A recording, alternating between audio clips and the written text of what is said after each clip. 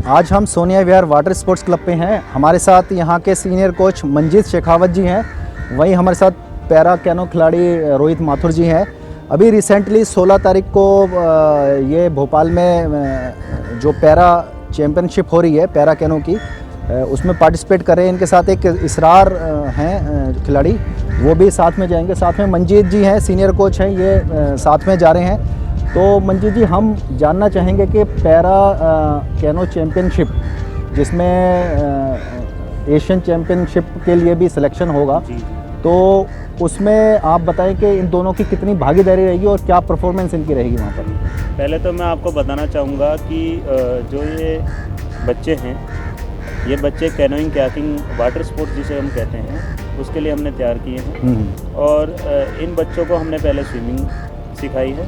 उसके बाद ये बच्चे बोट में इन्होंने बैठना शुरू किया और स्विमिंग करने के बाद इन्होंने बैलेंस बनाया। और जो ये हमारे साथ में रोहित माथुर है, ये पिछले 3 साल से दिल्ली के लिए खेलता है और इसने 3 चैम्पियनशिप में अब तक 4-5 मेडल ले दिए, जिसके अंदर 2 ब्रॉन्ज है और 4 सिल्वर। और इस बार जो चैम्पियनशिप है लोअर लेक भोपाल के अंदर है। 18 तारीख को पैरा नेशनल चैम्पियनशिप स्प्रिंट की है, जिसमें ये बच्चे दोनों जाएंगे और ये दोनों ही बच्चे उसमें मेडल के लिए टैली होंगे पक्का। और वहीं पर अगर इन्होंने अच्छा परफॉर्मेंस दिया तो ये एशियन चैम्पियनशिप के लिए सेलेक्ट हो सकते हैं वहाँ पर। ठीक है। इससे पहले आपने कितनी बार पार्टिसिपेट किया है रोहित माथुर जी, आप बताएं।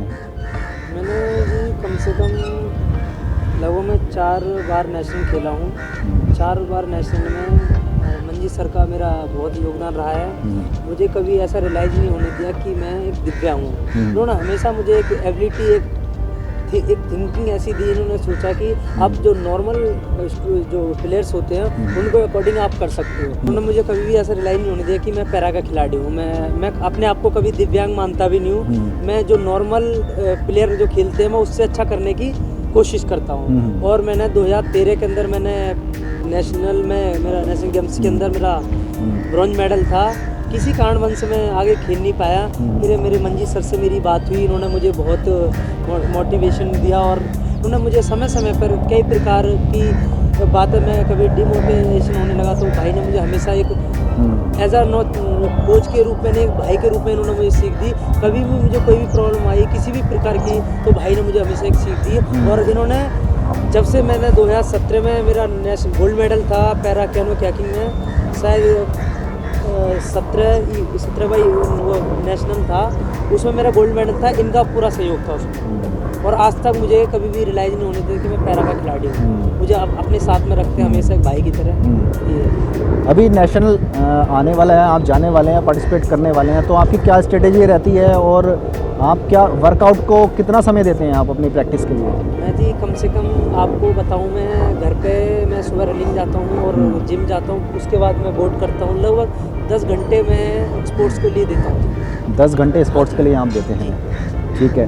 तो मंजीत सर, हम आपसे ये जानना चाहेंगे कि आप इनको कोचिंग दे रहे हैं लगातार और जो यहाँ के लोकल बच्चे हैं उनको भी आप पूरा उनका डाइट का और उनकी फिज़िकल फिटनेस को लेके आप पूरा गाइड करते हैं, उनको गाइडेंस देते हैं। तो क्या मतलब शेड्यूल रहता है उनकी प्रैक्टिस का और उनकी डाइट को, खासकर जो डाइट को लेके कि क्या आप उनको मोटिवेट करते हैं? कौशल जी, जैसा कि आपने पूछा अभी मेरे से कि हमारे जो नॉर्मल एथलीट्स हैं इनके बारे में, मैं आपको बताऊं कि इनकी दिनचर्या बहुत अलग है। और ये क्योंकि एक एडवेंचरस गेम है तो इस गेम को करने के लिए टाइम भी बहुत चाहिए और स्ट्रॉन्गेस्ट भी होना चाहिए। तो पैरा एथलीट के लिए मेरा क्या था कि जब मैंने रोहित से मिला तो रोहित को देखा कि दिव्यांग है बच्चा और ये खेलने का मन है और इसके अंदर बहुत अच्छा जज्बा है करने का। तो मैंने इस बच्चे को यहाँ प्रैक्टिस कराई और ये आज बहुत अच्छा कर रहा है और आने वाले समय पे ये बहुत अच्छा करेगा, देश का नाम रोशन करेगा दिल्ली का। अब हम आते हैं हमारे नॉर्मल एथलीट के लिए, जो हम आपने देखा होगा कि यहाँ पर 30 से 40 एथलीट जो हैं इंक्लूडिंग गर्ल्स भी यहाँ प्रैक्टिस करती हैं। और इनका जो शेड्यूल होता है, मॉर्निंग 7 o'clock ये बच्चे आ जाते हैं और 9 o'clock तक मैं इनको हर दिन का एक अलग शेड्यूल होता है। जैसे आज इनकी मॉर्निंग में जिम ट्रेनिंग थी और शाम को 4 बजे से लेकर 6 बजे तक इनका बोट का पैडलिंग थी 10 किलोमीटर। ऐसी कल हमारा जो होगा, कल इनकी 10 किलोमीटर की रनिंग होगी और शाम को 15 किलोमीटर विथ रेजिस्टेंस पैडलिंग होगी। जिसके अंदर क्या होता है, ये बच्चे पैडलिंग ये समय अनुसार चेंज होती हैं। अभी कंपटीशन टाइम नहीं है, ऑफ सेशन है, तो मैंने ऑफ सेशन के अनुसार इनका शेड्यूल बनाया हुआ है और उस अनुसार ये बच्चे पैडलिंग करते हैं। अच्छा, एक और आप बात बताएं कि कितनी एज में बच्चा यहाँ पर आए, वो यहाँ एडमिशन लेके प्रैक्टिस कर सकता है और कितने साल में वो प्रिपेयर अपने आप को कर लेता है कि वो नेशनल या किसी स्टेट चैंपियनशिप में पार्टिसिपेट कर सके? कौशल जी, ये जो आपने क्वेश्चन पूछा है बहुत ही अच्छा है, क्योंकि कई बार लोगों को पता ही नहीं होता है, उनके बच्चों की एज निकल जाती है और वो चाहते हैं कि हमारे बच्चे खेलें और बहुत अच्छा नाम रोशन करें।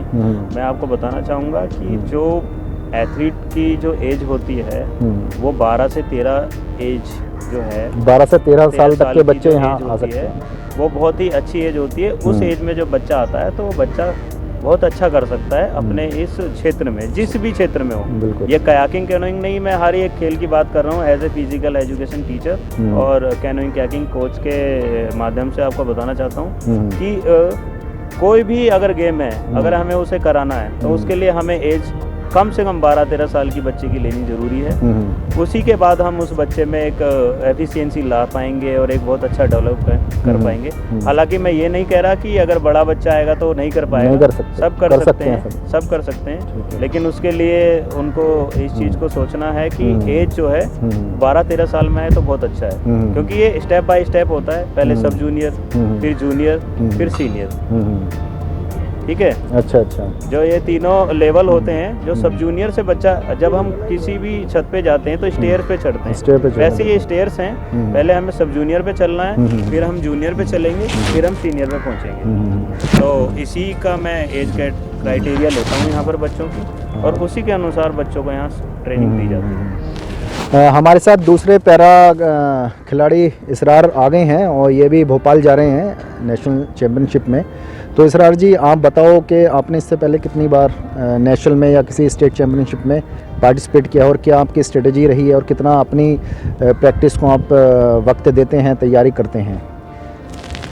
प्रैक्टिस के सुबह में 2-3 घंटे, शाम में 2-3 घंटे एक्सरसाइज करते हैं। हाँ। स्टेट में चैम्पियनशिप में भाग लिया है मैंने, तो स्टेट में मेरा सिल्वर मेडल। ओके।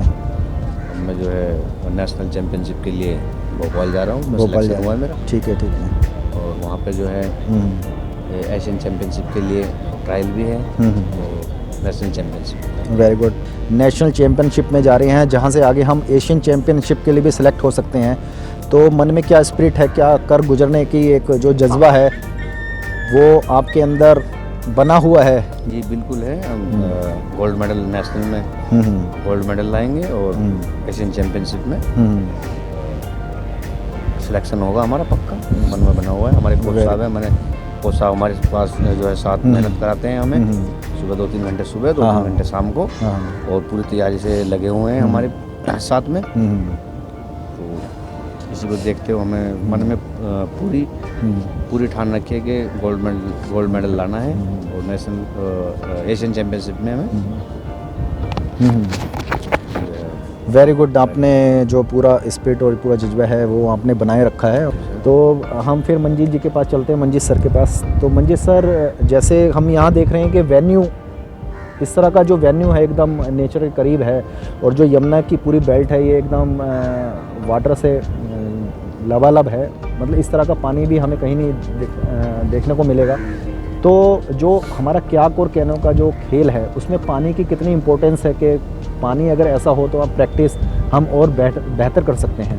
मैं कौशल जी आपको बताना चाहूँगा कि जो ये गेम होता है, ये गेम पानी से जुड़ा हुआ है, और पानी भी कई प्रकार का होता है। ये जो गेम है हमें स्टेबल पानी में ही हम कर सकते हैं। जो वाटर लेवल है इसका एक अनुसार हो, वो ज़्यादा ऊपर नीचे ना हो और उसमें ज़्यादा फ्लो ना हो, पानी रुका हुआ होना चाहिए, बहता हुआ पानी नहीं होना, बहता हुआ पानी नहीं होना। दूसरी चीज़ क्या है कि उसमें प्रॉपर जगह होनी चाहिए। इसमें 1 किलोमीटर की भी पैडलिंग होती है। रेसेस जो होती हैं 200, 500 और 1000 ये हमारी स्प्रिंट के अंदर आती हैं। 5 किलोमीटर और अभी जैसे 21 किलोमीटर की नेशनल चैम्पियनशिप है भोपाल के अंदर, वो क्या है, वो मैराथन है। तो मैराथन भी इस गेम में होती है। हमें कम से कम 1 किलोमीटर का वाटर लेवल चाहिए जिसके अंदर ये 1 किलोमीटर की लेंथ हो और जो उसकी गहराई हो कम से कम 7 फुट 8 फुट की गहराई हो। अच्छा जी। और जो ये बोट्स हैं, ये बोट्स प्रॉपर आपने देखी होंगी कयाकिंग कैनोइंग में सिंगल, डबल और 4 3 तरीके की ये बोट्स होती हैं, K1 K2 और K4 और C1 C2 C4। और इसको 2 तरीके से इसको पैडलिंग की जाती है। जो कयाकिंग होती है उसमें बैठ के दोनों तरफ उसमें पैडलिंग होती है, और जो कैनो होती है उसमें नी पोजीशन में बैठते हैं प्लेयर और एक ही तरफ या लेफ्ट में या राइट में बोट को पुल करते हैं और आगे की तरफ जाते हैं। बैलेंस करना होता है इसमें। सबसे टिपिकल बैलेंस का सबसे बड़ी बात है कि ये जो गेम है ये फुल टेक्निकल गेम है और इसमें एफिशिएंसी और टेक्निक दोनों होगी और उसके साथ में पावर। अगर पावर टेक्निक है, ठीक है, जो स्टेमिना है खिलाड़ी का, वो बहुत स्टेमिना नहीं है, एंड्योरेंस नहीं है, तो बच्चा कुछ नहीं कर सकता। अच्छा, क्याक और कैनो का सबसे जो पहला लेसन अगर हम बात करें तो वो क्या स्विमिंग है? स्विमिंग अगर आप जानते हैं या स्विमिंग अगर सीखेंगे तभी आप बोट में बैठ सकते हैं। और जी, आप अगर कहना चाहें कि पहला लेसन स्टेप बढ़ाने के लिए अगर हमें स्विमिंग आएगी तो हमारा बच्चा जो है वो कैप्साइज होता है, बोट्स गिर जाती हैं तो अपनी जान बचा सकता है क्योंकि पानी है, डूबने का खतरा है। तो अगर उसे स्विमिंग अच्छी आएगी तो वो बोट को भी बचा लेगा, खुद को भी बचा लेगा। ठीक है, ये हमारे लिए भी अच्छा है और प्लेयर्स के लिए भी अच्छा है। उसके बाद अगर हम देखेंगे तो पैडलिंग में डिफरेंट तरीके की टैक्टिक्स होती हैं, टेक्निक्स होती हैं जिसको हम पानी के अंदर बताते हैं। अच्छा, राइट। तो कुल मिला के पूरा एक जो खिलाड़ी के स्टेमिना अगर उसमें भरपूर है तो अच्छा वो परफॉर्म कर सकता है पानी में क्याक और कैनो के साथ। जी, मैं आपको बताना चाहूँगा कि डिफरेंट गेम्स में डिफरेंट तरीके की एक्सरसाइज कराई जाती है। जो हमारी जो गेम है इसके अंदर हम आइसोकाइनेटिक जो एक्सरसाइजेज हैं वो ज़्यादा कराते हैं। अच्छा। क्योंकि जो हमारी गेम है ये साइक्लिक चलती रहती है, इसमें ब्रेक नहीं लगता है जब तक गेम हम उस रेस को पूरा नहीं कर देते हैं। अगर हमने एक बार रेस शुरू कर दी तो वो फाइनल 1000 मीटर पे जाके ख़त्म होगी या फाइनल 500 मीटर पे जाके ख़त्म होगी या 200 पे, जिसे कहते हैं एक बार दम भरना। एक बार दम भरने के बाद हमें वो पूरी रेस करनी ही पड़ती है और उसी रिदम में करनी पड़ती है और लास्ट में जाके हमें और भी ज़्यादा स्प्रिंट करनी पड़ती है और भी ज़्यादा तेज़ भगानी पड़ती है। तेज़ भगाना पड़ता है। तो ये आइसोकाइनेटिक एक्सरसाइज की हमें ज़रूरत पड़ती है जिसके लिए हमें आर्गोमीटर्स की ज़रूरत होती है।